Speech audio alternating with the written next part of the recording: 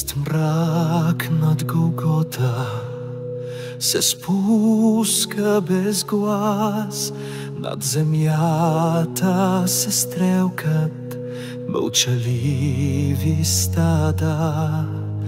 Но небето събрало воля в един замах, се готви да осъди себе си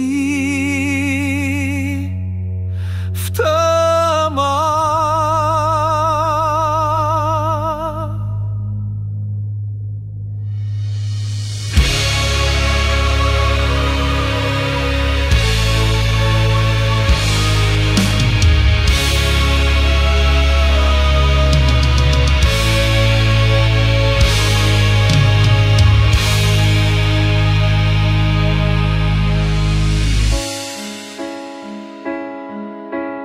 Пътят към Голгота мъчителен, суров, накрая си е тежък като съд. Самата скала потръпна от страх и зов, нажежен бе камък като път. Дишаше самата твърд като жив организъм, преживяла много през своя век. Но как в пустея събиват Бога с нихилизъм, такъв ужас не бе виждал човек.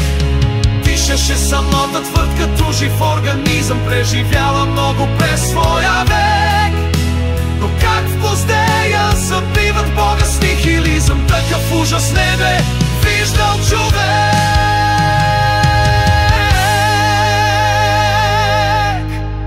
Пътят към Голгота мъчителен, суров, накрая си е тежък като съд. Самата скала потръпна от страх и зов, нажежен бе камъкът като плът.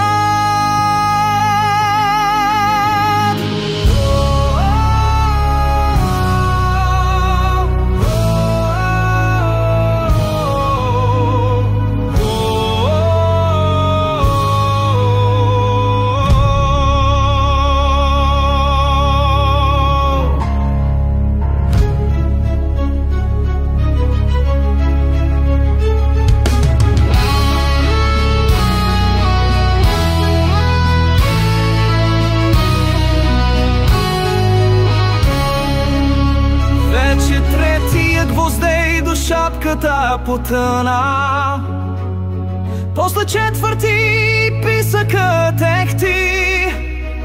Зноят безсменен с буря без закъснение, небесата плачат с водни искри. Кръвта се стичаше отрезвяваща жива, като порой разбиваш всеки страх.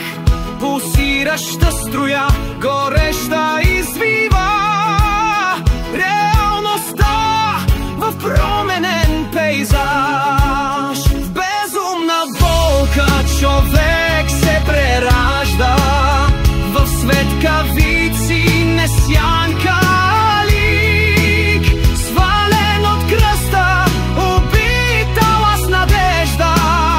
вече не той над грешен свят вели.